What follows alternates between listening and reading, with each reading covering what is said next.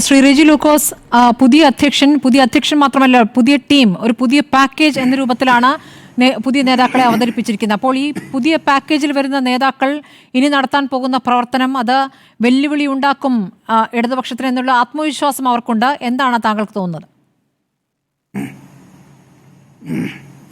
സ്മൃതി, ഇതുപോലത്തെ പുതിയ ടീമുകൾ നിരന്തരമായിട്ട് അവതരിപ്പിക്കപ്പെടുന്ന ഒരു പ്രതിഭാസമാണ് കോൺഗ്രസ് എന്ന് പറയുന്നത്. ആദ്യമായിട്ടല്ല ഒരു പുതിയ ടീമിനെ ഇവിടെ AICC നിയോഗിക്കുന്നത്. ബഹുമാനപ്പെട്ട കെ സുധാകരൻ 2021 ഇതുപോലെ തന്നെ ഒരു ചടങ്ങിൽ അദ്ദേഹം അവരോധനായി.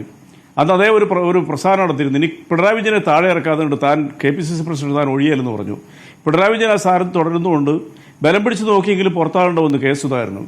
ആ സുധാകരൻ ഇന്നലെ ബഹുമാനപ്പെട്ട സണ്ണി സാറിനെ കുറിച്ചൊരു വാക്ക് പറയട്ടെ. സണ്ണി ജോസഫ് സാർ എന്ന് പറയുന്ന വ്യക്തിയെ പേഴ്സണലായിട്ട് ഒരു മാന്യനായ മനുഷ്യനായിട്ട് എനിക്ക് തോന്നുന്നത്. അദ്ദേഹം ഒരു മിതഭാഷയാണ്, ജെന്റിൽമാനാണ്. പക്ഷേ കെ സുധാകരൻ ഇന്നലെ നടത്തിയ പ്രസ്താവന, അരമണിക്കൂർ നടത്തിയ പ്രസ്താവന, ഇപ്പോഴും കേരളത്തിലെ കോൺഗ്രസ് അണികളിൽ ഏറ്റവും പ്രിയങ്കരനായ നേതാവായ കെ സുധാകരൻ ഒരു അരമണിക്കൂർ ഒരു സർക്കാരിന്റെ നേട്ടം പോലെ തന്നെ ഒരു ബഡ്ജറ്റ് പ്രസംഗം പോലെ അദ്ദേഹം പ്രസംഗിച്ചത്. ഇന്ത്യയിൽ ഇതുവരെ തന്നെ പോലെ ഒരു മിടുക്കനായ KPCC പ്രസിഡന്റ് ഉണ്ടായിട്ടില്ല എന്നുള്ള ഭാവേന അദ്ദേഹത്തിന്റെ പ്രസംഗം. അത് സ്മൃതി എല്ലാവരും നേരിട്ട് കേട്ടതാണല്ലോ. അവസാനം അദ്ദേഹം ഒരു വാക്കുകൂടെ പറഞ്ഞു, താൻ ആരോഗ്യവാനാണ്. തനിക്ക് അതിന്റെ അർത്ഥം എന്തുകൊണ്ടാണ്? അദ്ദേഹത്തിന്റെ ആരോഗ്യത്തെ പരിഗണിച്ചാണല്ലോ, അല്ല ആരോഗ്യം മോശമാണെന്ന് പറഞ്ഞുകൊണ്ടാണല്ലോ അദ്ദേഹം ഒഴിവാണെന്ന് ഉള്ള വാർത്തകളെല്ലാം ചമച്ചത്. അപ്പോൾ തനിക്ക് തുടരാൻ തന്നെ ഇറക്കി വിട്ടതാണെന്നുള്ള ഭാവനയാണ് അദ്ദേഹം പോയിരുന്നത്. പിന്നീട് ആ പ്രസംഗത്തിൽ ഒരു പ്രതിഷേധ സമ്മേളനത്തിന്റെ ധ്വനിയാണ് വന്നത്. അത് നിർഭാഗ്യകരമായെന്ന് പറയുന്നതിൽ എനിക്ക് മടിയൊന്നുമില്ല. അവിടെ ബഹുമാനപ്പെട്ട കൊടിക്കൽ നിന്ന് സുരേഷ് ആ പ്രസംഗം തുടങ്ങിയത് തന്നെ ചുമരിലെ മുൻ KPCC പ്രസിഡന്റുമാർ ചിത്രങ്ങൾ കാണിച്ചുകൊണ്ട് ഇവരിൽപ്പെട്ട അല്ലെങ്കിൽ ദളിതരായിട്ടുള്ള പാർശ്വവൽക്കരിക്കപ്പെട്ട ഒരാളെ പോലും പ്രസിഡന്റാക്കിയിട്ടില്ല എന്ന് പറഞ്ഞാൽ അദ്ദേഹം പരിദേവനം നടത്തി. അദ്ദേഹത്തിനെ ഒരു 3 മാസം മുമ്പ് വാർത്തകളിൽ സ്ഥാനം പിടിച്ചു. KPCC പ്രസിഡന്റ് അദ്ദേഹത്തിനെ പരിഗണിക്കുന്നു. അദ്ദേഹത്തിന്റെ പ്രതിഷേധം സണ്ണി ജോസഫിനെ തെരഞ്ഞെടുത്തതിലുള്ള പ്രതിഷേധം രേഖപ്പെടുത്തി.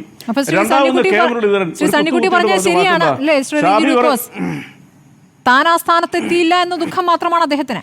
അല്ല, സണ്ണിക്കുട്ടിയെ അല്ല, തീർച്ചയായിട്ടും അത് പരസ്യമായിട്ട് പറഞ്ഞതല്ല. അല്ല, തന്നെ അദ്ദേഹം അർഹനാണ്. കൊടിക്കുന്നിൽ സുരേഷ് 9ാമത്തെ തവണയാണ് ലോക്സഭയിലെത്തുന്നത്. കേബിനെറ്റിലും പറഞ്ഞൊരു വാചകം എന്താ? പറയാൻ പാടില്ല. ഒരാൾ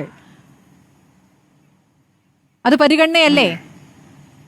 തീർച്ചയായിട്ടും പരിഗണനയല്ലേ? അതല്ലേ ഞാൻ പറഞ്ഞു, അദ്ദേഹത്തിന് പരിഗണിക്കേണ്ടായിരുന്നു.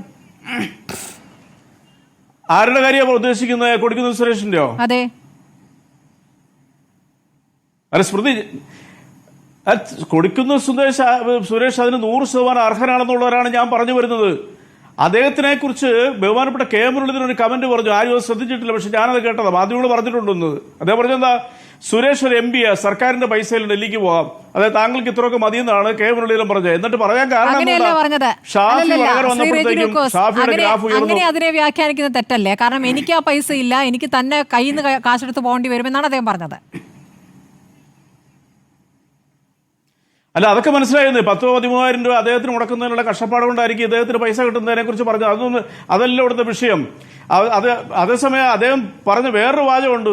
ആ സമ്മേളനത്തിൽ പറയാവുന്നതായിരുന്നോ? ഒരു കെട്ടറപ്പുള്ള ഒരു പാർട്ടി എന്നുള്ള നിലയ്ക്ക് അദ്ദേഹം പറഞ്ഞെന്താ, വടകരയിൽ അദ്ദേഹത്തിന് ഒഴിവാക്കി തൃശ്ശൂർ വിട്ട് രാഷ്ട്രീയപരമായിട്ട് ഒരു സ്ഥാനമില്ലാതെ കണ്ട് ഒരു അനാഥാവസ്ഥയിലേക്ക് അദ്ദേഹത്തെ തള്ളിവിട്ടതിനെ കുറിച്ച് അതെന്താ പറഞ്ഞേ? ഷാഫി വടകര വന്ന് അദ്ദേഹത്തിന് ഗ്രാഫ് ഉയർന്നു, എന്റെയും TN പ്രതാപിന്റെ ഗ്രാഫ് ഇടിഞ്ഞു താഴ്ന്നു. അതിൽ നിന്ന് എന്താ അർത്ഥമാക്കുന്നത്? അത് വായിച്ചല്ല, അത് കേട്ട എല്ലാവർക്കും മനസ്സിലാകത്തില്ലേ? മൂന്നാമത് രമേശ് ചെന്നിത്തല വന്ന് എന്താ പറഞ്ഞത്? രമേശ് ചെന്നിത്തല വളരെ മാന്യമായിട്ട് പറയുന്നത് ഞാനും പ്രതീക്ഷിച്ചത്. അദ്ദേഹത്തിന്റെ മോഹഭാവം എല്ലാം വളരെ എന്താ പറയുക, ഒരു ഓയിൽസ് ഓഫ് ഡിസന്റ്, അപശബ്ദങ്ങൾ. പക്ഷെ ഈ പറയുന്ന ഗ്രാഫ് ഉയർത്തിയവർക്ക് ഇപ്പോൾ ചുമതലയുണ്ടെന്നേ. അല്ല, അതൊക്കെ ഇവിടെ നിൽക്കേണ്ട സ്മൃതി. എന്നോട് ചോദിച്ചു, അതിന് മറുപടി പറയട്ടെ. നിങ്ങളിപ്പം അദ്ദേഹം ഒരു യോജിപ്പിലൂടെ വന്നു കഴിഞ്ഞു, അദ്ദേഹം ഇനിയിപ്പോൾ വന്നു കഴിഞ്ഞാൽ അടുത്ത പ്രാവശ്യം ഭരണം കിട്ടുമോ, ഞങ്ങൾ പേടിക്കുന്നുണ്ടെന്നുള്ള ചോദ്യം. പുത്തരിയെ കല്ല് കഴിച്ച് അദ്ദേഹം ഒരു പാമ്പും കൂട്ടിലേക്ക് കയറി വന്നുള്ളവർ അദ്ദേഹം തന്നെ ഇന്ന് രാവിലെ പറഞ്ഞൊരു വാക്കിൽ നമുക്ക് മനസ്സിലാവും. ഈ 3 പേരും അത് രമേശ് ചെന്നിത്തല പറഞ്ഞ വളരെ പ്രധാനപ്പെട്ട ഒരു കാര്യമാണ് പറഞ്ഞത്. ഏതാനും ആളുകളുടെ ഒരു വ്യക്തിയുടെ അല്ലെങ്കിൽ ചില ആളുകളുടെ ആളാണ് ഇദ്ദേഹം എന്നാ പറയണത്, അല്ലാന്ന് അദ്ദേഹം പറഞ്ഞു. കാരണം എന്തുകൊണ്ടാ? ആ മൊനയൊന്നും ആർക്കട്ടാ, KC വേണുഗോപാലിന്റെ BD സജഷനിട്ടാ ഒരംശം കെ സുധാകരനുണ്ടും. അദ്ദേഹം ഇങ്ങനെ പറയാനുള്ള കാരണം നമുക്ക് വളരെ വ്യക്തമായിട്ട് മനസ്സിലായില്ലേ? അദ്ദേഹം ആ പറഞ്ഞതിൽ നിന്ന് നമ്മൾ മനസ്സിലാക്കേണ്ട വസ്തുത എന്താ? അദ്ദേഹം അവിടെ ഇരുന്ന വേദിയിലിരുന്ന KC വേണുഗോപാലിന്റെ മോഹഭാവം നിങ്ങൾ മാധ്യമങ്ങളിൽ ക്ലോസപ്പിൽ കാണിച്ചില്ലേ? അസ്വസ്ഥത അദ്ദേഹം പ്രകടിപ്പിച്ചു കഴിഞ്ഞു. അതേസമയം നിങ്ങളൊന്ന് മനസ്സിലാക്കി, ഇവിടെ നേരത്തെ സണ്ണിക്കുട്ടി സാർ പറഞ്ഞ ഒരു കാര്യത്തിൽ ഞാനും ചോദിക്കുന്നു, ഞാൻ പറയാൻ ആഗ്രഹിച്ച ഇവിടെ നമ്മുടെ ബെന്നി ബെഹനാൻ, ബഹുമാനപ്പെട്ട ബെന്നി ബെഹനാൻ, ആ ബെന്നി ബെഹനാന്റെ പ്രൊഫൈൽ നിങ്ങളത് വായിച്ചു നോക്കിയേ. അദ്ദേഹം KSUവിന്റെ സംസ്ഥാന പ്രസിഡന്റായി, യൂത്ത് കോൺഗ്രസിന്റെ സംസ്ഥാന ജനറൽ സെക്രട്ടറിയായി, വളരെ ചെറുപ്രായത്തിൽ പുറത്തുനിന്നുള്ള MP ആയി, 33 വർഷമായിട്ട് AICC മെമ്പറാണ്. ഇപ്പൊ UDFന്റെ കൺവീനറായിരുന്നു. ഇപ്പൊ തുടർച്ചയായിട്ട് 2 തവണ മഹാഭൂരിപക്ഷത്തിൽ MP ആവുന്നു. അദ്ദേഹത്തിന്റെ കുറവെന്താ? അത് നിങ്ങൾ ആദ്യം പറയും. അദ്ദേഹത്തിനെ KPC പ്രസിഡന്റായിട്ട് പരിഗണിക്കണമെന്നുള്ള ഒരു വലിയ വാർത്തകൾ വന്നു. അദ്ദേഹത്തിന് എന്തുകൊണ്ട് പരിഗണിച്ചില്ല? 2 കുറ്റങ്ങളെ കണ്ടുപിടിച്ചിരിക്കുന്നതായിട്ട് ഇവിടെ മാധ്യമങ്ങൾ പറയുന്നത് എന്താ? ഒന്നത് യാക്കോബ സമുദായത്തിൽപ്പെട്ട ആളാന്നുള്ളതും, യാക്കോബ സമുദായത്തിൽപ്പെട്ട ഒരു കുറവാണോ? അവർക്കൂടെ വോട്ടവകാശമില്ലേ? രണ്ടാമത്തതാണ് യഥാർത്ഥത്തിൽ അദ്ദേഹത്തിന് തടയാനുള്ള കാരണം. അദ്ദേഹം KC വേണുഗോപാലിന്റെ BD സതീശന്റെ കയ്യിൽ ഒതുങ്ങത്തില്ല. അവർ പറഞ്ഞ ചട്ടക്കൂട്ടിൽ നിന്നും അദ്ദേഹം ഒതുങ്ങുന്നൊരു വ്യക്തിയല്ല. കാരണം അത് ഉമ്മൻചാണ്ടി സാറിന്റെ കളത്തിൽ നിന്ന് വന്നു. ഒരു കാലത്ത് A ഗ്രൂപ്പിനെ അദ്ദേഹം ചുമന്നുകൊണ്ട് നടക്കുമായിരുന്നു. വളരെ തന്റേടിയ ഒരു രാഷ്ട്രീയ നേതാവ്. എനിക്ക് വളരെ ഇഷ്ടപ്പെട്ട നേതാവാണ് ഈ ബെന്നി ബെഹനാൻ എന്ന് പറയുന്ന ആള്. ഒരു രാഷ്ട്രീയ നേതാവിന്റെ എല്ലാ ശൈലിയും അദ്ദേഹത്തിനുണ്ട്. അദ്ദേഹത്തിനെ തടഞ്ഞു. എങ്ങനെയാണ് സണ്ണി ജോസഫ് സാർ ഈ കസേരയിലേക്ക് വരുന്നത്? എങ്ങനെയാ? അതല്ല ഈ ചർച്ചയുടെ ഏറ്റവും വലിയ വിഷയം. അവിടെയല്ലേ കോൺഗ്രസ്സുകാരുടെ അതൃപ്തി വരുന്നത്. അദ്ദേഹം വരുന്ന കഥകൾ നമുക്കറിയാം. ഞാൻ അതിലേക്ക് പോകുന്നില്ല, സമയം കുറവുണ്ട്. പക്ഷേ വിട്ടുനിന്നവരുടെ പേരുകൾ നിങ്ങൾക്കറിയാവോ? ബഹിഷ്കരിച്ചവരുടെ പേര്. അതിൽ ഒന്നാം സ്ഥാനം ഈ പറയുന്ന ബെന്നി ബെഹനാൻ സാറിനാണ്. അദ്ദേഹത്തിന്റെ പ്രൊഫൈലും സണ്ണി ജോസഫ് സാറിന്റെ പ്രൊഫൈലും തമ്മിൽ കമ്പയർ ചെയ്താൽ തന്നെ അറിയാമല്ലോ.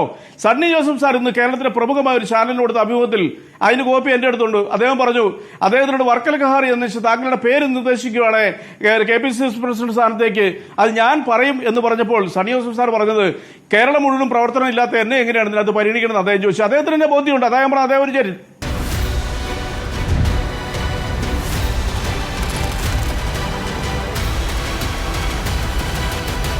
ഡിബേറ്റ് വിത്ത് സ്മൃതി പരുത്തിക്കാട്.